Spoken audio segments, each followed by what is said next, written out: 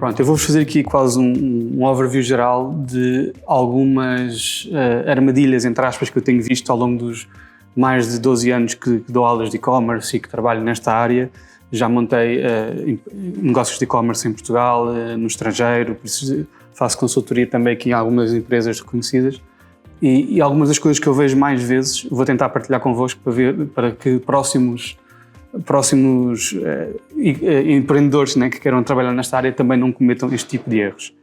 Então, como é que tipicamente vocês pensam quando pensam em e-commerce? Vamos já montar um Shopify. Ou seja, eu dou aulas aqui na Flag sobre e-commerce, da estratégia à implementação, dou aulas de como implementar um negócio em Shopify desde o zero, fazemos passo a passo com os alunos todo o processo de implementação do site, as páginas de categoria, as páginas de produto, os templates, etc. Inclusive, cada aluno sai desse módulo com um site feito, ok? Mas isso não chega, e é aí que eu quero chegar. Eu lembro-me que, durante o Covid, todos os alunos que eu tinha tido até então, estava-me tudo a ligar, a perguntar: professor, o que é que eu faço agora? O meu Shopify existe, mas isto não tem tráfego. Ou seja, montar um Shopify é a fase zero do processo. Ou seja, é como abrir um restaurante no meio da rua aqui em Lisboa, né? Se as pessoas não souberem que eu existo, as pessoas não vão entrar lá por obra e graça do Espírito Santo, né? E aqui no mundo digital ainda temos a dificuldade maior, né? Que cada vez é mais difícil de dizermos que estamos aqui e que existimos. Por isso, começar por um Shopify faz sentido, mas não é só isto que interessa, ok?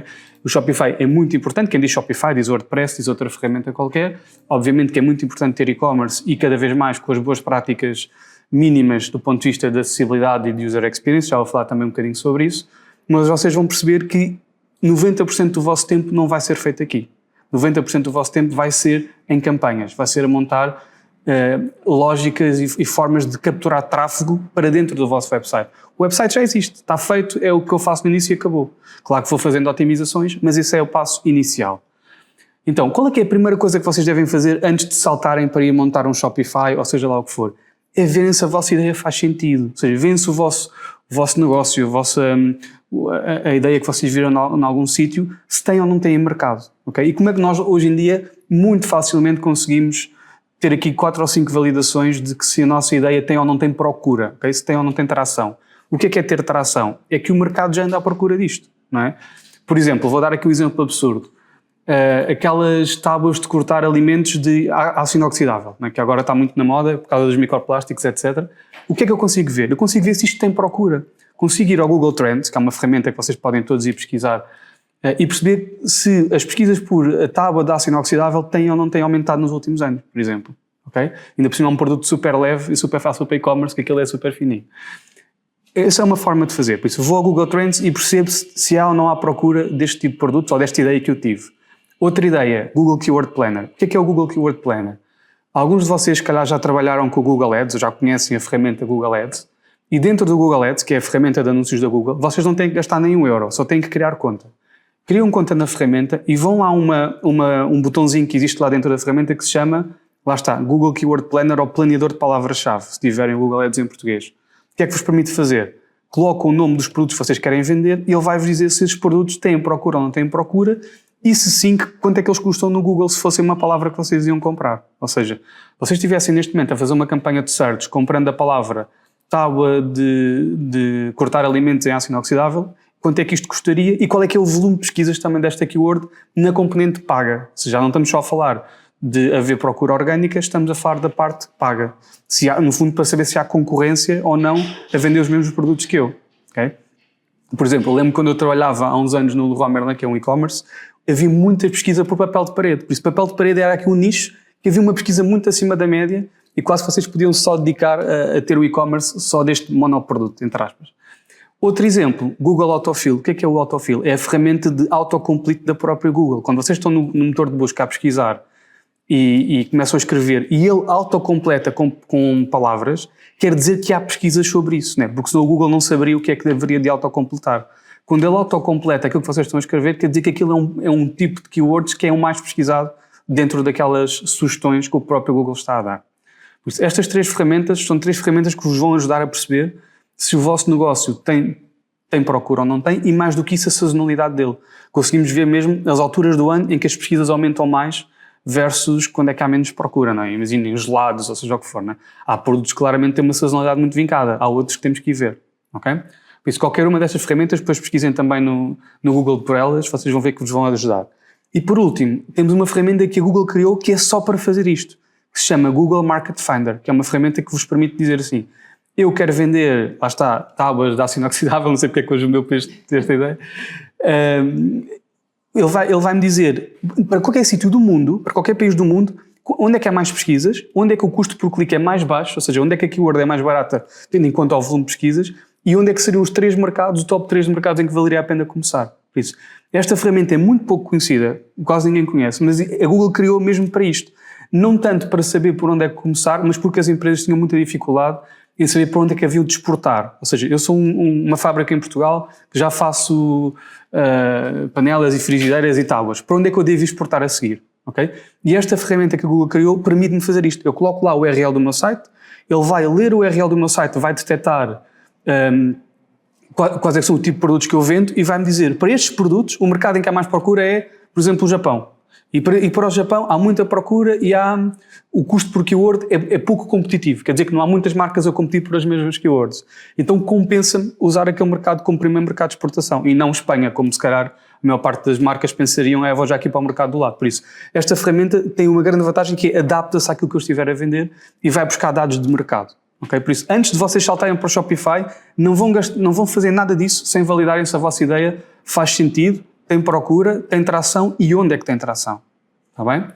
Pronto, este é o primeiro passo tudo antes do próprio Shopify em si. Segundo passo, aí sim podem começar a montar o vosso e-commerce e a falar que tem aqui um curso incrível, que by the way é dado por mim, pelo menos um deles, que vos ensina o passo a passo de como é que devem montar o e-commerce e saem de lá com o e-commerce feito. O tema não é esse e vão fazê-lo sem qualquer problema. Hoje em dia qualquer pessoa sem saber um mínimo de programação monta um site de e-commerce porque aquilo está feito exatamente para que ninguém tenha que saber de programação, não é? Esse é o objetivo. Agora, o que é que eu sinto que falha? Já não é montar o Shopify, é as boas práticas dentro do Shopify. Eu depois de montar o Shopify, o que é que eu tenho que ter em conta quando estou a fazer isto? Quais é que são os mínimos olímpicos que eu tenho que garantir? E eu vou-vos dizer aqui, pelo menos o top 6 que eu vejo mais vezes. Okay? É aquilo que eu, quando faço consultoria, são as primeiras 6 coisas que eu olho que tipicamente estão mal. Até mesmo em grandes empresas, não estamos a falar só de PMEs. Primeiro tema, mobile first. A maior parte dos sites que eu vejo são desktop first. Porquê? Porque a maior parte dos designers trabalham no escritório com um Mac de 20 polegadas e é muito mais confortável estar sentado na cadeira a desenhar para desktop. Novidades, apenas 20% do vosso mercado vai ver o site assim. 80% do tráfego na internet é mobile. Por isso, qual é que é o desafio aqui?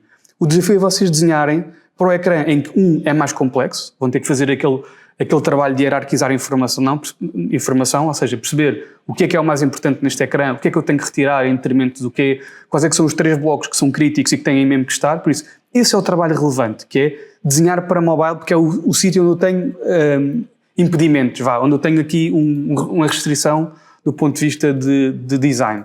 E depois sim escalar para desktop.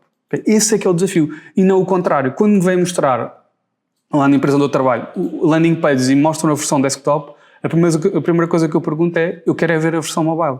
Essa é que é a versão em que vai ter 80% das pessoas a ver. Por isso, façam esse exercício. Tentem desenhar primeiro para mobile. Eu sei que é complicado quando se está com um MacBook de 20 polegadas à frente, mas vão ver que vai ser compensador. Porquê? Porque o exercício mais complicado vão fazê-lo logo desde o início. Depois, quando escalarem para desktop, é muito mais fácil. Todos aqueles blocos que vocês retiraram porque não tinham espaço, podem provavelmente voltar a colocá-los. Okay? E aí sim vocês vão perceber que estão a desenhar o site para aquilo que o vosso mercado quer e não para aquilo que o CEO da empresa quer ver muito bonitinho no seu computador ao final do dia. Isso não interessa para nada. O que interessa é as pessoas que vos procuram. Outro erro que eu vejo muitas vezes tem a ver com o call to action nas landing pages. Ou seja, a maior parte das pessoas, quando estão a desenhar uma landing page ou uma página de site, seja ela qual for, acham que têm que contar uma história ao cliente. Eu vou-vos dar uma novidade, não têm que contar história nenhuma. O cliente, muitas vezes, quando vai ter convosco, já sabe quem é que vocês são. Okay? O que é que isto quer dizer? Aquilo que eu vejo mais vezes é páginas que explicam o que é o produto, para que é que serve, que soluções é que tem, e só no fim da página, só depois de eu fazer scroll quase metade da página, é que aparece lá o botão de call to action para eu converter. Isto está totalmente errado, totalmente errado. O que vocês têm que fazer é inverter a história completamente. Eu entro na página, a primeira coisa que eu vejo logo é o call to action, logo, a primeira coisa que aparece. E só depois, se a pessoa não ficar convencida e não quiser converter, aí sim é que vão contar a história. E assim é que vão dizer o que é que fazem, que produto é que vendem, que benefícios é que têm, quais é que são as famosas Unique Selling Propositions, etc, etc, etc. Isso é que interessa, não é ao contrário, ok? Porquê? Porque a maior parte das pessoas vem numa campanha de marketing digital, já ouviu falar de vocês, já viu um anúncio no Instagram, a Margarida já me falou de vocês e já estou à procura do vosso site para alguém me referiu, por isso eu já sei o que é que vocês vendem. Então o que é que vocês têm que trabalhar? User Experience. Tem que garantir que aquela pessoa converte o mais rápido possível e não tem que andar a ler ali uma série de coisas antes de converter. Por isso, primeiro CTA e só depois o que é que eu faço e o que é que eu estou a vender, caso a pessoa não fique convencida à primeira. Outro ponto que é muito relevante numa landing page e para mim é das coisas mais críticas também, vocês puderem levar alguma coisa da aula de hoje, levem isto, que é uma landing page tem que ter obrigatoriamente duas coisas. Uma, um call to action e duas, uma proposta de valor única. E podem escrever isto numa t-shirt, se quiser. O que é a proposta de valor única? É a resposta à pergunta do cliente, o que é que eu ganho com isto?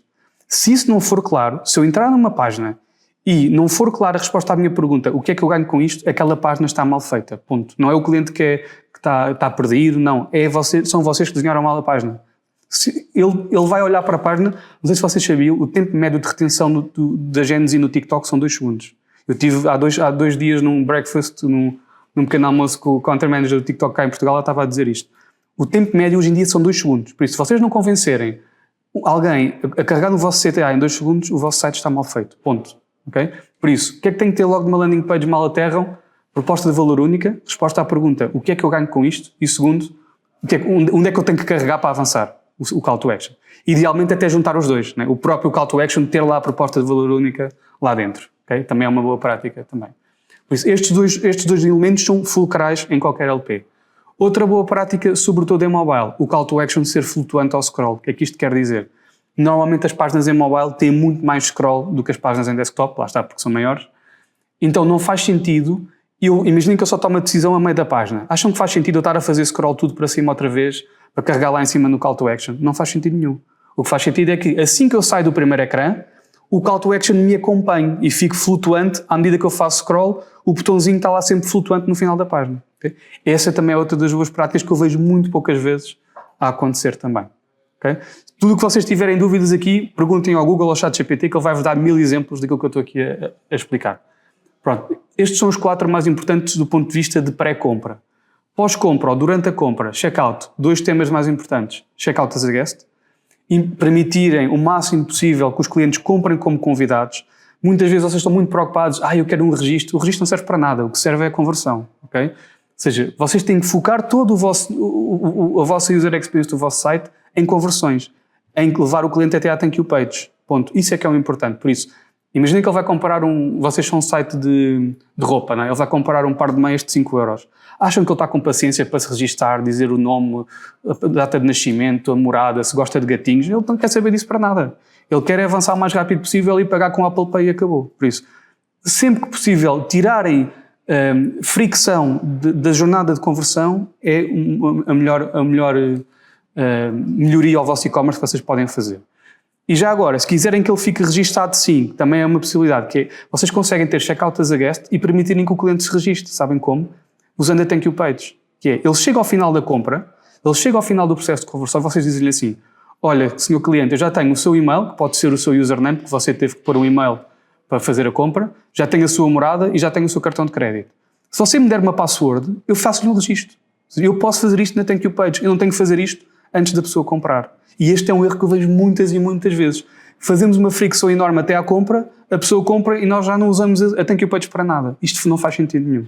E by the way, se quiserem até otimizar esta taxa de conversão da thank you page, deem-lhe um desconto. Digam assim, se você criar uma conta connosco, meter aqui uma password e criar uma conta connosco, eu dou um desconto de free shipping para uma próxima compra. O que é que estamos a fazer aqui? 2 coisas. Uma, estamos a otimizar a taxa de conversão da própria thank you page, né? A permitir que mais clientes tenham interesse em registar-se. E 2, estamos a promover o LTV, o Lifetime Value. Estamos a promover a compra recorrente. Vamos fazer com que aquele cliente volte a comprar connosco no futuro, dali a uma semana, ou 2 ou um mês. Por isso, isto são duas boas práticas mínimas que aumentam a vossa conversão quase para o dobro. Okay? Reduzir fricção no checkout e trabalhar o registro no pós-compra e nunca no pré-compra. Outra boa prática de checkout, eu já vos vou mostrar alguns exemplos disto, é checkout numa única página, o one-page checkout. Cada vez mais se vê, Em mobile, tipicamente tem autoscroll, ou seja, vocês preenchem o primeiro ecrã, aquilo faz autoscroll para o segundo ecrã, mas na prática é sempre a mesma página. Ele vai saltitando entre passos ao longo do checkout. Porquê? Porque só pelo facto de estarmos a saltitar entre páginas, perdemos tráfego. Okay? E lá está, e complicamos mais a jornada de conversão. Por isso, isto também não é uma boa prática. Está bem? Vou-vos dar aqui só alguns exemplos rápidos do que eu estou para aqui a dizer. Isto é uma análise rápida de um checkout de um site de e-commerce e vocês veem que os dois sítios onde se perdem mais pessoas é no login. Porquê? Porque neste site em particular não tinha checkout as a guest, não dava a opção da pessoa comprar como um convidado. E depois o segundo sítio é na fase dos pagamentos. Porquê? Neste caso em particular. Porque não davam muitas opções de entrega, só davam uma opção cara e rápida e não davam alternativas. O que é que nós devemos fazer aqui? Dar várias alternativas ao cliente. Ou seja, do ponto de vista de checkout, dar a opção cara e rápida, quem quer receber o produto amanhã e está disposto a pagar o que for, tem a DHL e recebe amanhã e paga 15 euros, e dar a opção barata e lenta, que é, eu quero receber o produto daqui a uma semana, quero pagar o mínimo possível, pago 3,5 euros e só recebo daqui a 5 dias, ou 7 dias, ou o que seja, por isso. E no limite a recolha em loja, né? Se aquele site tiver uma loja física, também faz sentido que essa opção exista, por isso. O que eu vos quero chamar a atenção é que há aqui algumas boas práticas mínimas, que se vocês fizerem no vosso checkout, a vossa taxa de conversão dispara. Okay? Porquê? Porque as pessoas que estão no checkout têm uma alta propensão para converter, porque já foram ao site, já navegaram pelas páginas de categoria, já adicionaram produtos ao carrinho, já passaram pelo resumo do carrinho, já estão no processo de compra, não é? É como se estivessem na caixa do Pingo Doce. Quantas pessoas é que quando estão na caixa do Pingo Doce para pagar desistem e vão-se embora? Muito poucas, não é? É raríssimo, por isso nós temos é que impedir exatamente a mesma coisa no digital. Temos que fazer com que as pessoas que começam a entrar na nossa caixa do Pingo Doce, que é o nosso checkout, vão até ao fim e que convertam, está bem? Pronto, isto aqui é um exemplo do one-page checkout. O que é que vocês vão dizer? Por acaso não estou a dizer, mas digo-vos eu. Quando olham para isto é uma confusão. Não é? Ou seja, apesar disto ser um one-page checkout e estar todo o checkout concentrado numa página, o que é que falta aqui? Falta o tal progressive disclosure, ou seja, a informação aparecer aos poucos. Vocês repararem, quando vocês vão ao Leroy Merlin, aquilo aparece os corredores das lojas todas seguidas. Quando vão ao IKEA, tem um percurso para fazer na loja. Ou seja, o IKEA faz-vos o progressive disclosure dos móveis deles. Vocês acabam por ver a loja toda, mas vêm de acordo com um percurso pré-definido por eles. Por isso eles não vos mostram tudo ao mesmo tempo. E no checkout é a mesma coisa. Por isso, faz sentido eu ter o one-page checkout, sim, aqui outro exemplo, mas ele deveria ser assim, como vocês estão a ver agora. Ou seja, ele deveria ser, o checkout aparece todo na mesma página, mas é desbloqueado por blocos.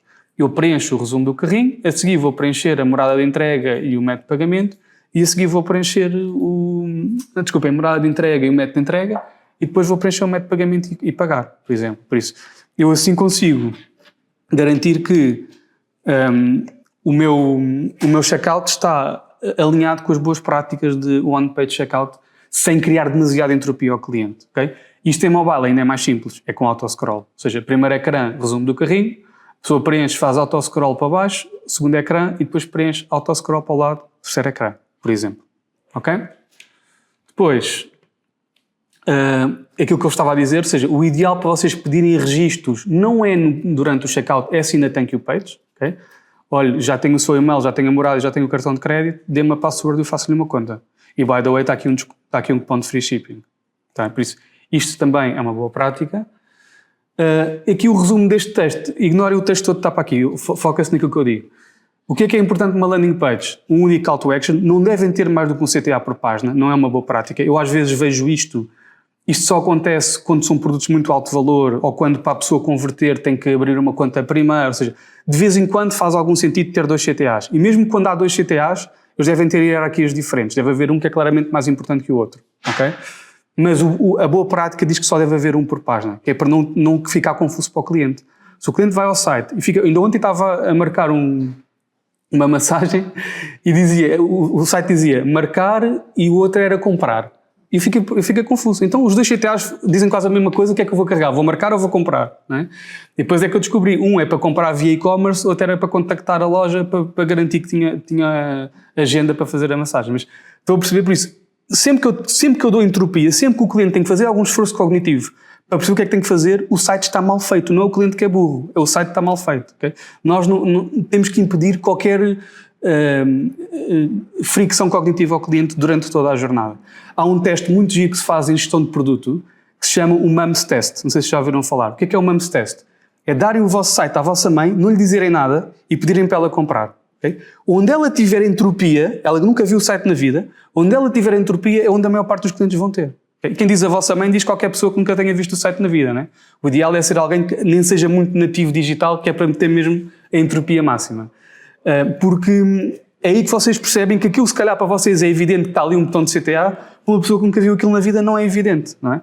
Por isso, antes de vocês colocarem qualquer campanha no ar, testem as jornadas. O que eu vejo mais vezes é marcas que estão a investir imenso em marketing digital, a colocar campanhas na rua e nunca sequer comprar o produto, eles próprios. Nunca fizeram o end-to-end de compra do seu próprio produto. O que é que estão a fazer? Estão a destruir valor. Estão a pagar para dar uma má experiência ao cliente. Imaginem que o checkout tem um erro. O que é que acontece? Eles estão a fazer campanhas, estão a gerar tráfego, né, para as páginas deles. Esses clientes estão a tentar comprar, estão a ter uma má experiência porque estão a dar erros no checkout e estão a dizer mal da marca nas redes sociais. E a marca está a pagar para isso. A marca está a pagar para destruir valor a si própria. Por isso, testarem as jornadas todas de fio a pavio antes de colocarem qualquer campanha no ar é tipo o mínimo higiênico para vocês implementarem o que quer que seja. Está bem? Pronto, o resto eu já vos expliquei mais ou menos, depois vocês quiserem ler os slides com mais tempo. Aqui algumas boas práticas de call to action por página, estou a ver aqui. Saiba mais, enroll now, e aqui o Game of Thrones ficou cortado, mas estava aqui o sign up em amarelo sobre o fundo preto. O que é que vocês reparam nisto? É que o call to action destaca-se sempre face ao fundo. Por isso, o call to action deve estar claro, deve ser o primeiro elemento visual que a pessoa vê mal entra na página, é o CTA. Deve estar logo no primeiro ecrã. Se a pessoa tiver que fazer scroll para chegar ao CTA, mais uma vez, a página está mal feita. E deve ser flutuante, que eu também já vos disse. Por isso, também é uma boa prática. Obviamente que é flutuante quando a pessoa sai do primeiro ecrã. Enquanto ela está no primeiro ecrã, não faz sentido ter dois CTAs, o normal e o flutuante. Pronto, e não se esqueçam, foquem-se primeiro em mobile. 80% do tráfego na internet é mobile. Okay? Eu trabalho num banco e no meu caso é 95%, por isso ainda é mais evidente o mobile. Pronto, o que é que eu vos disse também? Que sempre que for possível, tentem juntar as duas coisas, a proposta de valor e o CTA no mesmo sítio. Ou seja, um call to action, quando tem o próprio benefício no próprio CTA, a taxa de conversão dispara. Olhem aqui. O original dizia só sign up, eles testaram para sign up e ganhar as dicas diárias gratuitas, aumentaram 33% as conversões. Só porque alteraram o copy. Não me fizeram nenhuma campanha, não me fizeram descontos, não. Simplesmente disseram ao cliente o que é que eu ganho com isto. Que é aquilo que eu vejo mais vezes errado. Que é, eu discuto muito com os copywriters lá na minha empresa. Porquê? Porque eles são muito formatados a fazer aquilo que eu chamo o copy de poesia, que é a taxa que vai fazer os seus sonhos voarem. Isso para mim não diz nada. Isso é ar. Okay? Nós temos é que dizer, o crédito pessoal está com um desconto de 5% de compra já. Claro que não tem que ser nem 8 nem 80, não é? Claro que por mim era só tudo muito assertivo e eles era tudo muito mais filosófico. Temos que arranjar aqui um meio termo, temos que arranjar aqui um headline, por um lado, diga a taxa que vai fazer os seus sonhos voar e que está com promoção de menos 5%. Temos que arranjar aqui um intermédio que não seja só poesia, que depois não acrescenta nada, o cliente entra na página e não percebe que aquilo é um crédito pessoal com taxa promocional, mas também não pode ser completamente insípido e ser só orientado a performance, que por mim era, mas não me deixa. Okay? Por isso temos que arranjar aqui um meio termo no meio. Depois, boas práticas também, usar encapsulamento e contraste por cor. Não se esqueçam, onde é que nós queremos que a pessoa olhe assim que chega à página? CTA e proposta de valor. Por isso, se eu tiver muito texto, eu tenho que dizer onde é que eu quero que ele olhe primeiro. Vocês já repararam, se usarem encapsulamento de informação e o botão de CTA em destaque, é aí que ele vai olhar primeiro. E é isso que vocês têm que focar. Tá bem? Por isso, quando têm muito ruído, digam o que é que vocês querem que a pessoa veja em primeiro lugar. Cores de contraste, vocês já perceberam que os CTAs pelo menos devem estar contrastantes face ao fundo. Isto é só aqui alguns exemplos de cores de contraste, só para ficar claro na vossa cabeça que tem que ser o elemento mais destacável assim que a pessoa entra na página. Redução de ruído em mobile, vocês olham para esta página e o que é que vocês veem? Os meus olhos, todos eles focam no CTA, no Add to Bag. Porquê? Porque isto está desenhado desta forma.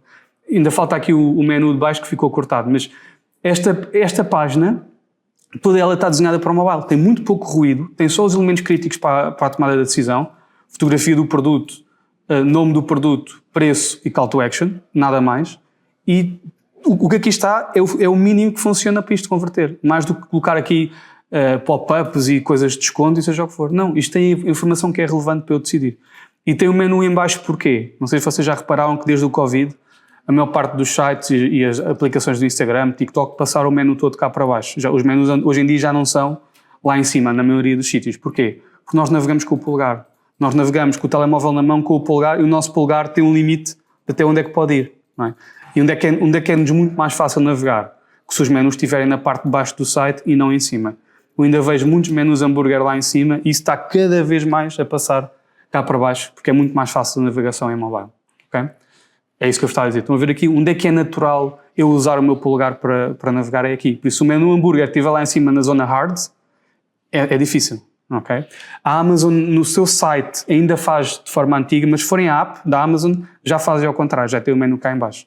Se vocês algum dia tiverem dúvidas, user experience, tiverem com dúvidas, como é que eu devo fazer os meus menus, onde é que eu devo colocar os botões, sabem o que é que eu vos aconselho? E podem dizer ao vosso chefe que fui eu que disse, vão para o TikTok. Okay? Porquê? O TikTok, o Instagram, todas essas apps de redes sociais, estão todas elas desenhadas para vos manterem lá o máximo de tempo possível. Por isso, nos sítios onde eles tiverem os menus, é onde vocês vão colocar também. Porque eles fazem testes em escala com milhões e milhões e milhões de utilizadores, não é? No fundo eles têm todo o mundo a usar aquilo, e conseguem perceber de forma muito evidente quais é que são os botões que têm mais cliques. Porque é que vocês acham que recentemente o botão das mensagens do Instagram passou do lado de cima cá para o meio, para o centro do Instagram? Foi por causa disso, porque era o botão mais usado. Aquilo que as pessoas fazem mais hoje em dia no Instagram é mandar vídeos por mensagens uns aos outros, por exemplo. E eles passaram aquilo como ao centro da experiência do Instagram. Vocês hoje em dia abrirem a app, o botão que está no meio é o botão das mensagens. E antigamente não era, antigamente estava lá em cima à direita. Porquê? Porque eles fazem estes testes em escala. Se vocês tiverem dúvidas, copiem o Instagram, copiem o TikTok, porque eles têm os dados que vocês não têm. Okay? Tirem proveito disso. Pronto, aqui um exemplo do menu que abre em leque, lá está, para que seja muito mais fácil navegar com o polegar. Menu hambúrguer, barra de pesquisa, que, by the way, num site de e-commerce é o bloco mais usado de todos. Se vocês acham que é o menu, enganam-se. Okay? A maior parte das pessoas usam muito mais a barra de pesquisa do que usam o menu. Se vocês forem ao site da Vorten, quantos de vocês é que foram ao site da Vorten recentemente e navegaram pelo menu? Praticamente ninguém. Não é? Vamos ao site da Vorten, pomos iPhone 15 Pro não sei o quê e vamos logo ao produto que nós queremos. Qualquer pessoa hoje em dia, a maior parte delas, 80%, eu fiz um estudo disto há uns anos, era 80 e tal % do tráfego usava o menu, a barra de pesquisa e não o menu. Ok? Pronto, outra má prática, botões fantasma. Okay? Botões fantasma têm uma péssima leitura. Hoje em dia há regras de acessibilidade que já entraram em vigor desde julho, acho, do ano passado, que obrigam a contrastes mínimos entre os botões e os fundos. Em desktop, eu ainda sei que isto é clicável porque passa o rato por cima e aparece aquela mãozinha. Em mobile nem isso. Okay? Em mobile, se eu não perceber que aquilo é um botão, esqueçam, que ele não vai estar a conversão nenhuma, porque a pessoa nem sequer sabe que tinha que carregar ali. Por isso, evitem usar botões fantasma, que são aqueles botões que no fundo não têm fundo, não é? A não ser que tenham 2 CTAs na página e que um seja muito mais relevante que o outro. Okay? Ou seja, isto tipicamente só se usa em páginas que têm mais que um CTA, e o primeiro CTA, o principal, é um botão a cheio com contraste, e o segundo CTA, esse sim, é um botão deste género, que é um botão que tem menos destaque. Está bem? Mas devem evitar usá-los. Proposta de valor já falámos, deve acrescentar valor desde o início, deve responder à pergunta o que é que eu ganho com isto. Pensem em vocês. Se vocês entrarem numa página e não for clara essa pergunta, o que é que eu ganho com isto, mandem-lhes um e-mail para fazerem consultoria para eles, porque aquilo está mal feito. Está bem? Pronto, o mobile está em tendência de expansão de ecrã, isto já perceberam, devem desenhar para o top 10 de ecrãs mais usados no vosso site. Vocês conseguem saber isto até através do Google Analytics. Eu só estou a falar muito rápido para vos passar o máximo de informação possível, está bem? Como isto está a ser gravado, depois vem a gravação a 0,5 de velocidade. Exatamente. Podem colocar as questões que eu no fim respondo a tudo. Porque quanto mais rápido eu falar, mais informação vocês têm. Mas isto para dizer o quê? Vocês vão ao Google Analytics, conseguem ver o top 10 de resoluções mais usadas para aceder ao vosso site, 300 por 250, 500 por 600, estou a inventar, e garantam que o vosso site funciona bem, pelo menos nesse top 10. Está bem? Testem essas 10 resoluções em diferentes telemóveis para ver como é que abrem essas páginas nas 10 resoluções mais vistas pelos vossos clientes. E desenhem sobretudo para isso. Está bem? Se vocês não souberem fazer isto, a FLAC também tem um curso ótimo Google Analytics, que esse não sou eu que dou, mas que podem investigar também sobre isto, que o Google Analytics é um mundo. Está bem? Também dou, mas cada vez dou menos. Outra boa prática, comentários. Okay? Cada vez mais as pessoas confiam em reviews nas páginas de produto, mais do que o texto que eu escrevo lá na descrição. Se vocês forem ao site da Temu, aquilo está cheio de reviews. Se forem ao site da Decathlon, está cheio de reviews. Cada vez mais isto é crítico. Há uma entidade que faz estudos de boas práticas de e-commerce todos os anos, que se chama ACEPI, Associação de Comércio Eletrónico em Portugal, e não me lembro do final da sigla. E antes do Covid, o top 3 de fatores críticos de sucesso para o e-commerce, sabem qual é que era? Preço mais baixo, ter disponibilidade a qualquer hora do dia, ter um stock maior do que eu tenho em lojas físicas, pronto, todos esses fatores que vocês já conhecem. Entretanto, se forem ver o relatório do último ano, o que é que está lá no top 3? A ver reviews dos produtos. Ou seja, cada vez mais é importante para o cliente saber que alguém já comprou aquilo e que aquilo tem qualidade e que a pessoa gostou. Não é? Quantos de vocês é que antes de reservarem um hotel na Booking não vão ler as reviews? Não é? Ou antes de reservarem um restaurante vão ler ao Google as reviews? Está a tornar-se um fator crítico para a tomada de decisão. Está bem? Por isso, pensem nisso e pensem que sempre possível e puderem agarrar isto às vossas páginas de produto, devem fazê-lo. Está bem? E não se foquem tanto em ter tudo 5 estrelas. É mais importante eles existirem do que serem todos de 5 estrelas. Acreditem em mim. E vocês dizem-me assim, Diogo, então e se eu tiver muitas reviews de 1 estrela, também meto? Se tiveres muitas reviews de 1 estrela, tens um problema muito maior que as reviews. Tens um problema de produto. Okay? Por isso, primeiro tens que resolver o problema de produto e depois é que vais focar nas reviews. Está bem? Por isso, se tiverem reviews 3, 4 estrelas, 5 estrelas, metam. Mais vale elas existirem do que não estarem lá de todo. Vão converter mais. Ok? Pronto, funil de conversão é só uma coisa que eu já falei disto por alto, que eu não quero que vocês se esqueçam, que é, no fundo, o e-commerce funciona com 2 funis. Funciona com o funil de marketing digital, que é aquilo que eu tenho que fazer para capturar tráfego para dentro do meu site, e depois, a partir do momento em que ele chega ao meu site, eu tenho que garantir que ele não se vai embora. E aí sim eu analiso através do funil de conversão. O que é o funil de conversão? É andar a analisar a jornada dos meus clientes dentro do meu site todo, homepage, página de categoria, página de produto, página do carrinho, login, morada, página de dados pessoais, método de pagamento e thank you page, para eu perceber quantas é que acabam no fim. Ou seja, das 1000 pessoas que entram na minha página de site vindas de campanhas, não é? Quantas é que saem na thank you page? Imaginem, entraram 1000 pessoas na homepage, saíram 100 na thank you page. Quer dizer que eu tive uma taxa de conversão do meu funil de 10%, que é muito mau. Quer dizer, por acaso em e-commerce até é bom, mas o ideal era que fosse muito melhor. Não é? O ideal era que eu conseguisse todo o tráfego que eu trago para dentro do site, ou quase todo, transformá-lo em negócio chegando à thank you page. Como é que eu resolvo isto? Tirando entropia ao processo. Lá está. Tirando ecrãs, passando o checkout todo para o mesmo ecrã, percebendo em que saltos entre páginas é que eu perco mais pessoas e falar com clientes. Né? Alguém que queira trabalhar nesta área do e-commerce, para trabalhar o dia todo de fones, a gerir um Shopify, esqueçam, vão fazer outra coisa. Okay? Vocês querem trabalhar em e-commerce, vão ter que falar com pessoas, vão ter que falar com os vossos clientes e, sobretudo, aqueles que não se tornaram clientes e perceber o que é que aconteceu. Né? Porque é que você não avançou no checkout? O que é que aconteceu? Onde é que ficou bloqueado? Vão ter que perguntar aos clientes o que é que se está a passar, porque só aí é que vocês conseguem otimizar o vosso funil de conversão. Por isso, o funil de conversão é vocês analisarem a jornada dentro do vosso site e perceberem em que saltos é que se perdem mais pessoas e porquê. Okay? E depois de perceberem o porquê, obviamente, corrigir isso. Eu vou-vos dar um exemplo muito rápido, eu sei que estamos com pouco tempo. Eu, quando lancei o crédito automóvel lá no banco, nós tínhamos um ecrã que era o pedido de matrícula do carro. A pessoa ia comprar um carro, nós pedíamos a matrícula. O que é que nós nos apercebemos? Porque é que isto existia? Existia para garantirmos que as pessoas só usavam aquele crédito mesmo para comprar carros e não para outra coisa qualquer. O que é que nós nos apercebemos? Que a maior parte das pessoas, quando iam pedir o crédito, não tinham o carro escolhido.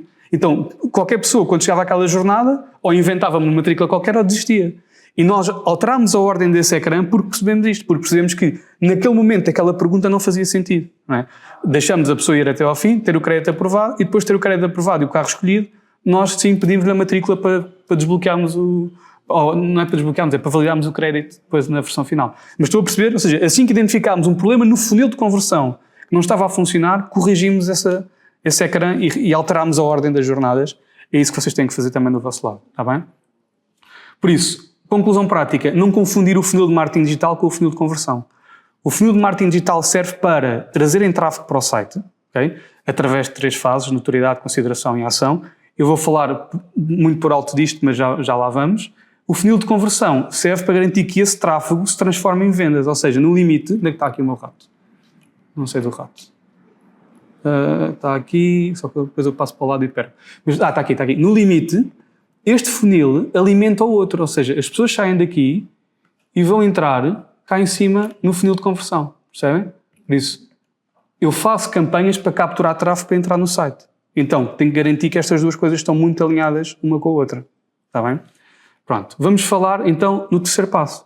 Terceiro passo, antes de irmos às campanhas pagas, ok? Nem sequer para começarmos a pagar por nada, que esse é outro erro que eu vejo muitas vezes, que é, querem começar logo a fazer anúncios e nem sequer estão a explorar bem o SEO e a parte do GEO, que é o que está agora na moda, né? Que é o Generative Engine Optimization, que é como é que eu otimizo o meu site para os LLMs, para os chats GPTs da vida, para os Geminis, para os Perplexities, etc. Primeira parte, SEO. O que é o SEO em 4 linhas?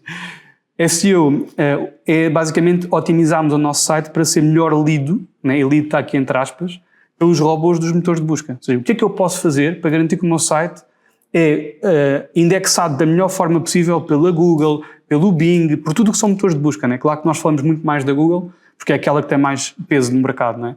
Mas quando vocês fazem estas boas práticas, estão a fazê-las para todos, não estão a fazer só para a Google. Imaginem, o SEO é como se fosse uma equação gigante, uma equação com muitos ponderadores.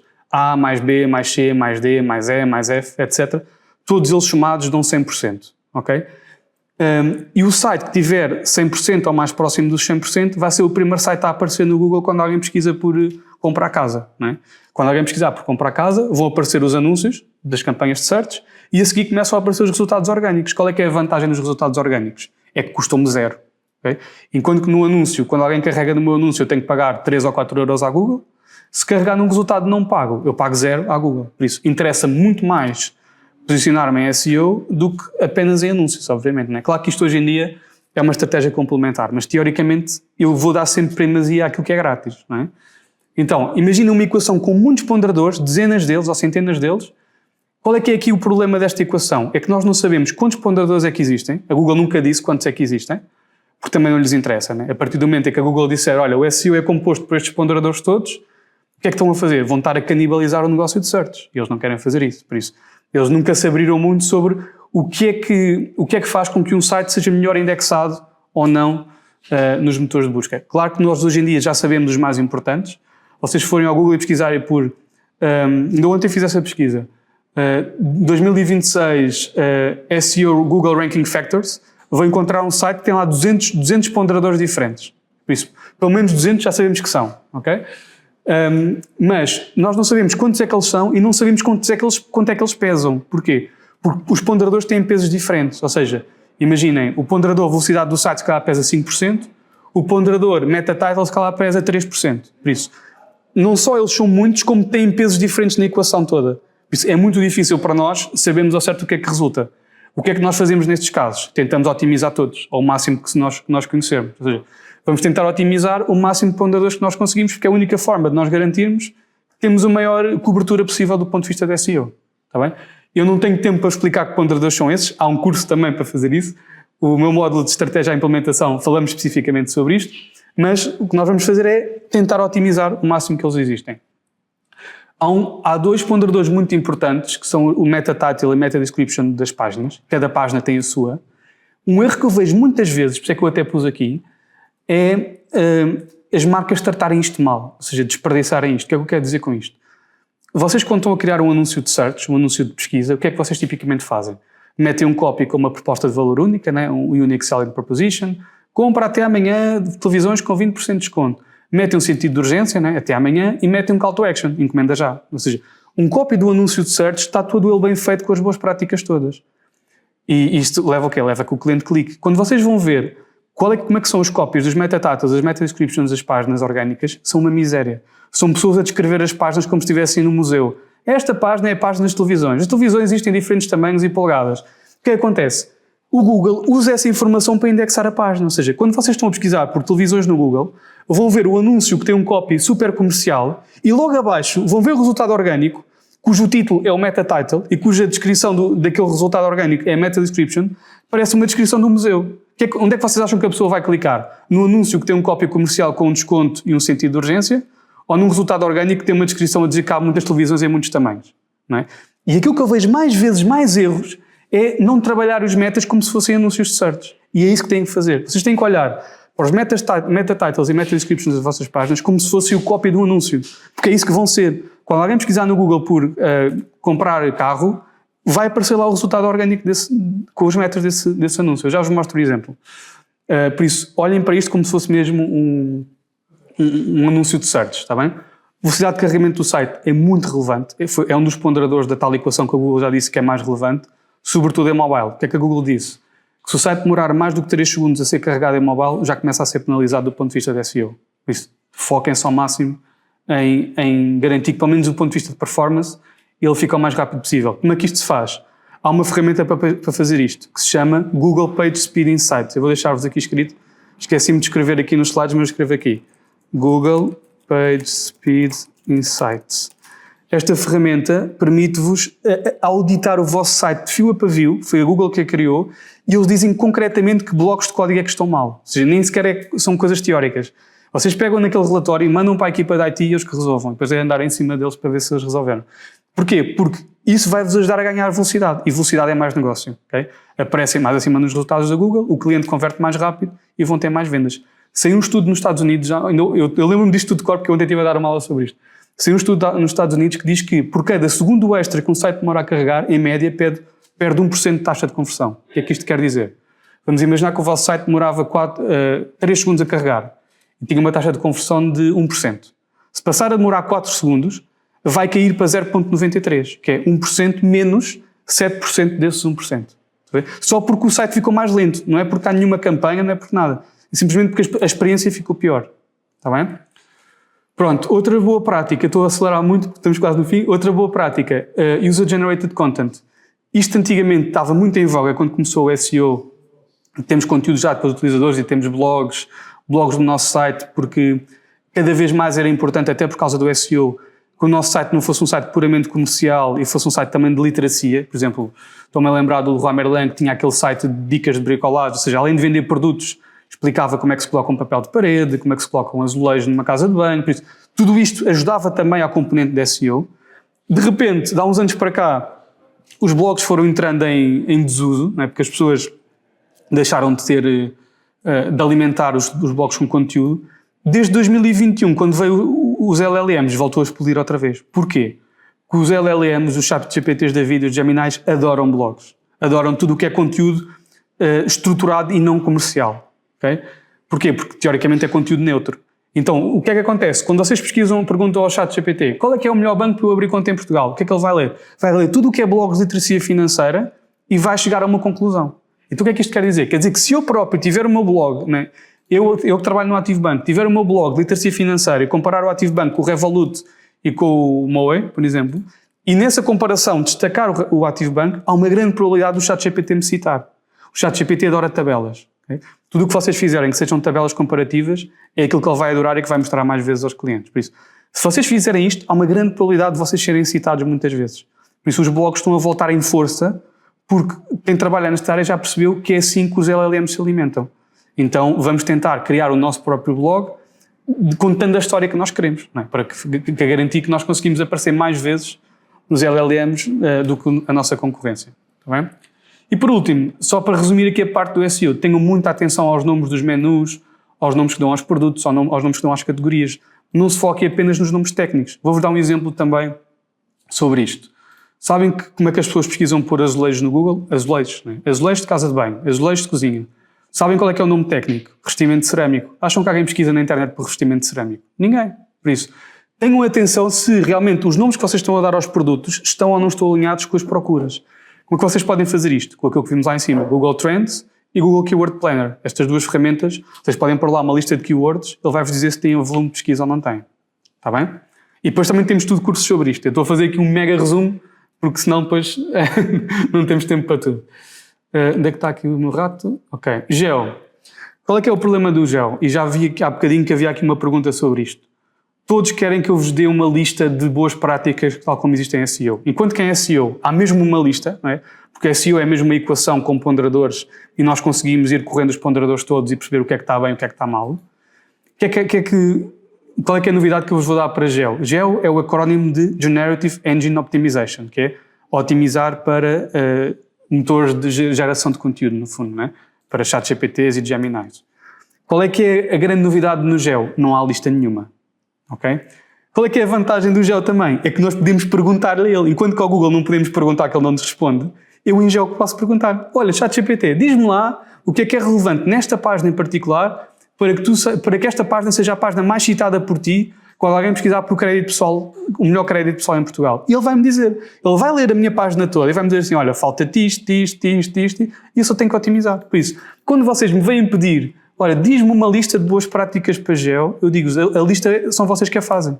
E é personalizada para cada um. Vocês vão colocar lá o vosso site e vão-lhe perguntar, vão ter que fazer um bom prompt, que é aí que eu vos vou ajudar, vão-lhe perguntar e ele vai-vos responder exatamente com tudo o que quiserem. E até podem perguntar a todos. Podem perguntar ao ChatGPT, podem perguntar ao Gemini, podem perguntar ao Perplexity e juntar as respostas todas nas vossas otimizações. Está bem? Como é que isso se faz? Com um bom prompt. E isso sim é aquilo que depois a Margarida vos vai enviar no fim para os fortes que ficarem até ao fim. Basicamente é o quê? Temos que lhes explicar a sério o que é que nós queremos, não é? Olha, isto aqui é só o início. Depois eu enviei à Margarida o PDF que tem 3 páginas de prompt. Exato. Mas basicamente é o quê? És um especialista em SEO, SEO semântica e otimização de conteúdos para motores de busca baseados em AI, ChatGPT, Google AI Overview, Gemini, Perplexity, Claude, etc. O teu objetivo é analisar uma página web e indicar alterações práticas e acionáveis para aumentar a probabilidade do conteúdo ser citado como fonte por modelos de AI, ser usado para responder a prompts informativos internacionais, ganhar autoridade temática e visibilidade, etc, etc, etc.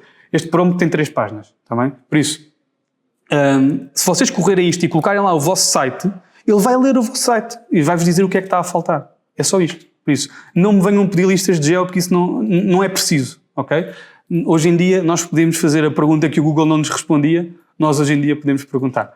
O que é que vai acontecer daqui a uns anos? Já toda a gente perguntou, não é? E vamos ter que descobrir o que é que temos que fazer mais. Mas hoje em dia não estamos assim. Hoje em dia a maior parte das marcas ainda nem sequer pensou nisto, ok? Ainda nem sequer pensam em como é que eu vou otimizar para o geo e quanto mais saber o que é que é onde perguntar. Por isso, quem fizer isto hoje em dia já está muito mais à frente do que qualquer outro. Por último, e aqui sim, por isso é que eu estava a acelerar e já é 1 da tarde.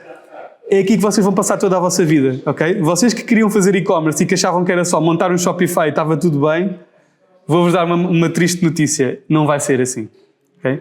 Eu trabalho em e-commerce num banco e 90% do meu tempo e da minha equipa, que são 8 pessoas, é fazer marketing digital. Ou seja, nós praticamente não tocamos no site. Nós só tocamos no site para analisar as jornadas, para garantir que as jornadas realmente não estão a criar entropia aos clientes. Fora isto, todo o meu trabalho é trazer tráfego. Isto é que é o meu trabalho. Por isso, a maior parte do vosso tempo vai ser andarem com bandeirinhas na internet a dizer eu estou aqui, vem ter comigo. Por isso, o marketing digital não traz vendas. Okay? Quem vos disser que o marketing digital traz vendas está-vos a enganar. O marketing digital não é esse o papel dele. O papel do marketing digital é trazer tráfego qualificado para dentro do site, é trazer pessoas que querem comprar os vossos produtos. Quem é que vai fazer a venda? O site. Okay? Por isso, o marketing digital vai trazer as pessoas certas para dentro do site e o vosso site tem que conseguir ter jornadas boas o suficientes, simples o suficientes para conseguir transformar aquela lead numa conversão. Ok? É como se vocês tiverem um restaurante, não é? Vocês estão a trazer as pessoas, estão a dar notas de 5 euros às pessoas para entrarem no restaurante.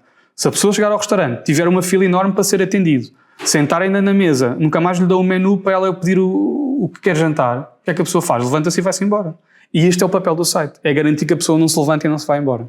Está bem? Mas pronto, a maior parte do vosso tempo vai ser passado aqui, a fazer campanhas. Okay? Eu vou dizer isto de forma muito, muito, muito resumida, que eu tenho um módulo pai de 6 horas só a falar isto e agora vou dizer em 10 minutos. Mas basicamente o marketing digital divide-se em 3 fases, sobretudo há mais, vocês forem ver teoria sobre isto, há teoria que divide as campanhas em 8 fases e coisas assim, mas não vale a pena para o que nós queremos, 3 fases chegam. 3 fases são essas mais importantes. Notoriedade, dizerem eu sou a marca X e vendo Y, ponto, aqui não vai dar vendas. Imaginem, eu sou a Tesla e vendo carros elétricos e acabou a história. Que é para quê? Que é para posicionar a marca na matriz de decisão do cliente. Quando o cliente pensar em carros elétricos daqui para a frente, vai-se lembrar que há aí uma coisa qualquer que é a Tesla. Por isso, o objetivo do awareness é só este, é posicionar a marca dentro da cabecinha do cliente. Só isto. Temos uma fase 2 que é a consideração, em que a consideração é o quê? É falar de benefícios concretos. Porque é aquele lado de comprar um Tesla e não outro carro qualquer? O que é que eu tenho de propostas de valor únicas, de coisas tangíveis, que façam com que tu queiras mudar já e não daqui a 6 meses. Okay? Exemplos. Se comprares um Tesla, o carro carrega em 2 horas. Temos um piloto automático. A nossa bagageira tem 200 litros. Isso são vantagens competitivas. São propostas de valor únicas que eu consigo colocar numa campanha de consideração para convencer o cliente a decidir mais rápido. Okay? Com argumentos comerciais. Por último, campanhas de ação. São o quê? São campanhas que me vão permitir converter. Que é quando o cliente fica convencido e vai à minha procura no Google, né? Comprar iPhone, aparece lá um anúncio meu, ou de Google Shopping, ou de Search, ou no limite de SEO, que vai responder a essa pesquisa. Por isso, ele não vai... O que é que acontece se vocês começarem só com uma campanha de Search? Não vai acontecer nada. Porque se a vossa marca não for conhecida, a não ser que comprem keywords genéricas e o nome dos vossos concorrentes. Mas se a vossa marca não for conhecida... Imaginem aqui que a Joana Lima lança uma marca de shampoos. Shampoos Joana Lima. O que é que ela vai fazer? Vai comprar aqui o Word no Google, shampoo Joana Lima, e vai pôr lá 10 mil euros, todas as poupanças do ano inteiro. O que é que acontece? Ela vai chegar ao final do ano e vai ter lá os 10 mil euros na mesma por gastar. Porquê? Porque ninguém pesquisou por uma coisa que não conhece. Ou seja, ninguém vai pesquisar por shampoos de Joana Lima. Por isso é que muitas vezes as pessoas desvalorizam o awareness e a consideração quando os resultados do awareness não se vêem em cliques nos banners nem em conversões dos banners. Isso não vale nada. Os resultados do awareness vêm-se em aumentos de pesquisas em search. Se as pessoas forem à minha procura em search, é porque o awareness está a fazer o seu papel, está a gerar notoriedade. Okay? E agora convencer um CEO disto. Não é? Isso é que é difícil. Pronto, mas esse é o papel. O papel é vocês perceberem que isto são fases do funil que se complementam. Okay? Nenhuma fase sozinha faz milagres a não ser a última. As outras duas servem para gerar tráfego para a última, que é para quando a pessoa pesquisar. Imaginem, é muito raro a pessoa ter a necessidade do produto no momento em que vê o anúncio no Instagram. Né? Tinha que haver ali um match, a não ser que seja um produto que compra por impulso, tipo a roupa da Zara. Né? Mas fora isso, não é normal. A pessoa a certa altura tem a necessidade, vai à procura e eu tenho que ter lá um resultado no Google para lhe servir. E isso é que são as campanhas de ação. Está bem? Se tivermos que dividir as campanhas por fases, que é uma coisa que vocês me perguntam muito, Diogo, diz-me lá concretamente que tipo de campanhas é que estão em cada fase. É mais ou menos isto. Ou seja, o que é awareness? Campanhas de display e de YouTube. Ok? Vídeo, sobretudo. Depois há imensas boas práticas aqui que eu não vou ter tempo de dizer. Mas, por exemplo, em vídeo, ai de vocês que nos primeiros 5 segundos do vídeo não falem logo da marca. Nome da marca, dito e escrito, e proposta de valor única. Okay? Porquê? Porque nos 5 primeiros segundos 100% das pessoas está a ver. A partir dos 5 segundos, só 10% das pessoas é que estão a ver. O erro que eu vejo mais vezes, marcas pegam no anúncio de televisão e metem no YouTube aquilo é um flop. Porquê? Em televisão, como é que é a nossa história? Problema-solução. O menino vai brincar para a rua, suja a t-shirt e a seguir aparece o tiranóduas do TID. Não é? Se eu puser esse vídeo no YouTube, quando chegar o tiranóduas do TID já ninguém está lá para ver. Okay? Por isso, o que é que eu tenho que fazer? Eu tenho aqui um tiranóduas que é o TID, 5 segundos. E no resto do anúncio é o menino a sujar-se e eu mostrar problemas é que eu venho resolver. Por isso, enquanto que em televisão a abordagem é problema-solução, em digital a abordagem é solução-problema. Porquê? Por uma questão de tráfego. Eu a certa altura não tenho tráfego para ver que solução é que eu tenho para mostrar. Os 5 segundos iniciais de um vídeo de YouTube são críticos. Nome da marca, dito e escrito. Porque há pessoas que estão a ver YouTube sem som e há pessoas que estão só a ouvir e não estão a ver. E o que é que eu tenho para vender? Okay? Isto é os 5 segundos. O resto, façam o que vocês quiserem. Há marcas que até metem o vídeo a preto a partir dos 30 segundos para obrigar as pessoas a ir-se embora para não terem que pagar o vídeo inteiro. Mas isso já não são boas práticas. Consideração. O que é que estamos a falar aqui de consideração? Redes sociais, sobretudo aqueles carrosséis de Instagram. Eu em cada banner do carrossel eu falo de uma vantagem diferente do meu produto. Lá está, de uma proposta de valor única. Há um tipo de anúncios de YouTube que são os bumpers, que são só de 6 segundos. Eu posso ter vários a correr em paralelo, em que cada bumper fala de uma vantagem diferente do meu produto. E o remarketing. O que é o remarketing? É quando vocês vão à procura de um produto, não o convertem, e esse produto persegue-vos em display durante uma série de dias. Okay? A ação. O que é a ação? Anúncios de pesquisa. Ou seja, quando a pessoa vai à procura nos motores de busca e vocês aparecem. Não é? Quer seja anúncios de search, quer seja resultados de SEO, quer seja anúncios de Google Shopping. Por acaso esqueci de pôr aqui o Google Shopping, mas o que é o Google Shopping? É quando vocês pesquisam por um produto e aparece lá a fotografia do produto e do preço em baixo no Google. Também é uma campanha de ação. Okay? Resumo disto tudo. As campanhas azuis é a marca que vai atrás do cliente, em awareness e consideração é a marca que anda atrás do cliente. As campanhas verdes é o cliente que anda atrás da marca. É o cliente que vai à procura da marca e eu aí sim tenho que lá estar. Está bem? Pronto, não vamos ter tempo para falar mais, mas resumo disto. Um bonequinho, como é que o full funnel funciona, desde a notoriedade até à conversão, ou seja, ele é impactado por notoriedade, depois é impactado por consideração, depois vai à procura e não converte, até que a certa altura entra no site em tráfego direto e converte. Só que ele não conheceu a Tesla porque um dia acordou e lembrou-se que havia a Tesla. Não é? Quando ele comprar o carro, o valor da conversão deste carro vai ter que ser dividido por todos os canais que interviram nesta conversão. Okay? Chama-se o modelo de atribuição orientado por dados. Ou seja, eu vou pegar na minha venda, é como se fosse um jogador de futebol. Não é? O Cristiano Ronaldo marca um gol, agora até marca poucos, mas imaginem, o gol do Cristiano Ronaldo devia ser dividido por ele, pelo médico que lhe passou a bola, pelo defesa e pelo guarda-redes que começou a jogada. Todos eles valiam 1/4 daquele gol. Estão a perceber? E em digital a lógica é a mesma. Só para terminarmos, se eu não tiver o orçamento de uma campanha, de uma grande empresa e quiser fazer uma campanha em marketing digital, por onde é que eu começo? Final de funil, search. Ok? Pela ação. Porquê? Porque é onde eu vou ter melhores taxas de conversão. E depois sim vou fazendo o funil para trás. Vocês agora diziam-me assim, Diogo, mas acabaste de me dizer que se a minha marca não for conhecida, não vale a pena estar a fazer campanhas de search. É verdade, mas vocês não têm que comprar a vossa marca. Vocês podem comprar o nome dos vossos concorrentes todos, onde pesquisar quando esta flag talk acabar, pesquisem por Pizza Hut no Google. Vão lá ver se não está lá a Domino's, a Telepizza e os outros todos a comprarem aqui o keyword da Pizza Hut para tentarem roubar leads à concorrência. E a lógica é a mesma. Vocês podem começar os vossos anúncios comprando os nomes dos vossos concorrentes e comprando nomes genéricos do vosso produto. Comprar pizza de fiambre ou pizza rápida em forno de lenha. Por isso, tudo isto são keywords que vocês podem comprar para garantirem que vocês começam a ter relevância do ponto de vista de marketing digital e começam a ter vendas. E depois sim começam a ter margem para fazer campanhas de notoriedade e de consideração, e isso depois já vos vai permitir comprarem a vossa própria keyword, em vez de andarem só a comprar os concorrentes que são muito mais caros. Está bem? Resumo, isto aqui depois vem com mais detalhes, mas isto basicamente é para vos mostrar como o que eu estou a dizer faz sentido. Isto foi um case study que eu fiz com a Google há uns anos, em que provei que quando faço full funnel, a taxa de conversão disparou. Estão a ver? Estava a 2% quando eu só fazia search. Quando eu fiz full funnel, passou para 15% de taxa de conversão. Isto são aberturas de conta reais. E quando eu acabei e fiquei sem dinheiro e voltei a fazer só search, voltou para 3%. Estão a perceber quão importante é fazermos uma campanha que trabalha as 3 fases do funil, porque realmente estamos mesmo a ajudar as vendas. Isto não é só teoria. Está bem? Isto foi tão relevante que a Google fez um case study depois sobre isto. Isto foi em 2020, se não me engano. Eu acho que... Exato, este é o último slide. Estamos a acabar. Só para terminar, 5 métricas de marketing digital que quem trabalha nesta área fala muito e que se calhar vocês já ouviram falar e não sabem o que é que quer dizer. Impressões. O que é que são impressões? Número de vezes que o anúncio aparece. Okay? Uma campanha que não esteja a imprimir é uma campanha que está mal feita, houve um erro na sua implementação, ou o valor que eu estou a pagar é um valor muito baixo, então eu nunca ganho nenhum leilão, não interessa. Por isso, uma campanha estar a imprimir quer dizer que as pessoas estão a ver aquele anúncio. O que é que são os cliques? São as pessoas carregarem no anúncio. Por isso, eu no limite vou ter um valor de cliques menor ou igual que as impressões. No melhor caso, igual. Se for menor, quer dizer, é o normal, não é? Quer dizer que eu mostro mais vezes do que as pessoas clicam. Isso é o que normalmente acontece. O que é o CTR? CTR é a métrica que mede o rácio disto, que é a taxa de cliques, o número de cliques a dividir pelo número de impressões. De todas as vezes que o anúncio aparece, em quantas vezes é que ele é clicado e em percentagem. O que é que isto me interessa? Interessa-me comparar isto com benchmarks da indústria. E há de vocês que me digam que não têm benchmarks da indústria, que eu digo-vos logo para irem ao ChatGPT perguntar. Okay? Interessa-me perceber se na área da moda, onde eu tenho um e-commerce, um CTR de 6% é bom ou é mau. O ChatGPT diz-vos logo, okay? Para Portugal. E se o CTR estiver baixo, quer dizer o quê? Quer dizer que, a minha criatividade não é boa.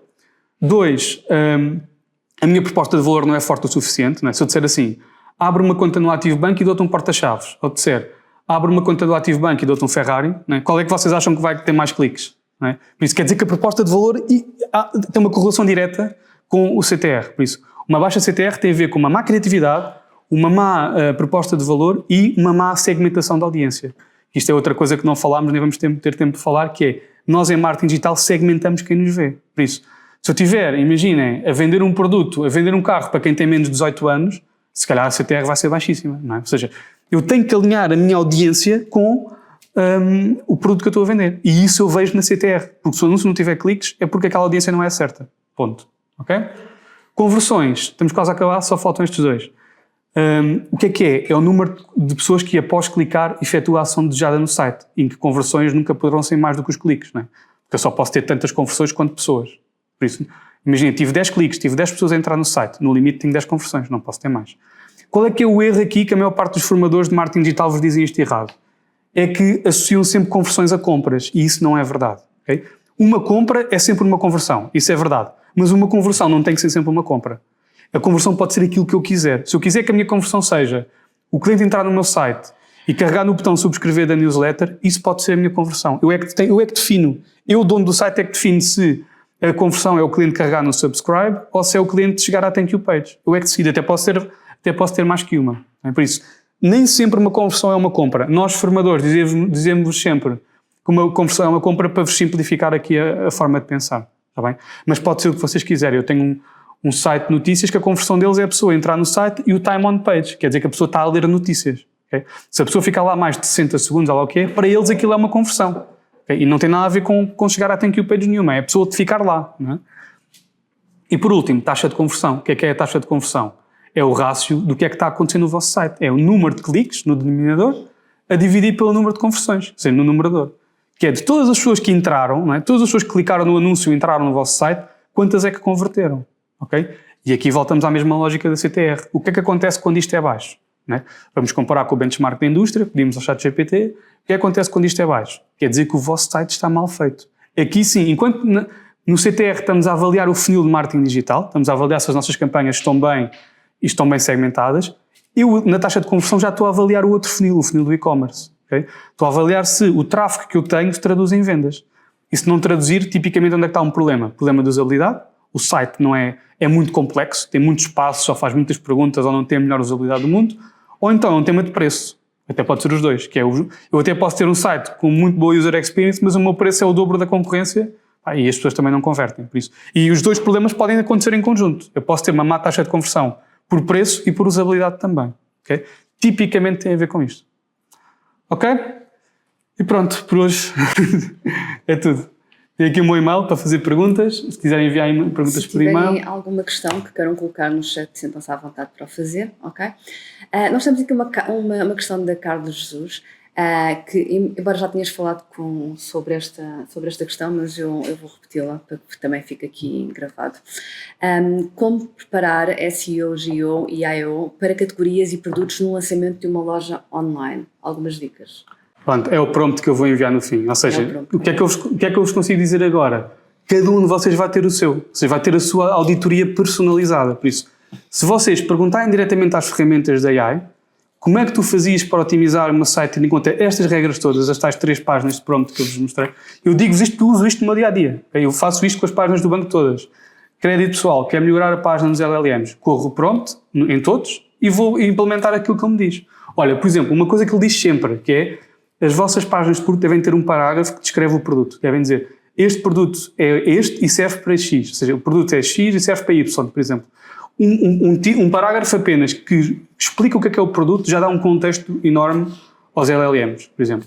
Mas isso a auditoria vai-vos dizer. Assim que vocês correrem o prompt e colocarem lá o vosso site, até podem fazer por páginas. Ou seja, cada página do vosso site ter um prompt diferente. E eles vos disseram o que é que tem que ser feito, só têm que aplicar. É muito melhor do que eu vos dar uma lista genérica como se faz para SEO.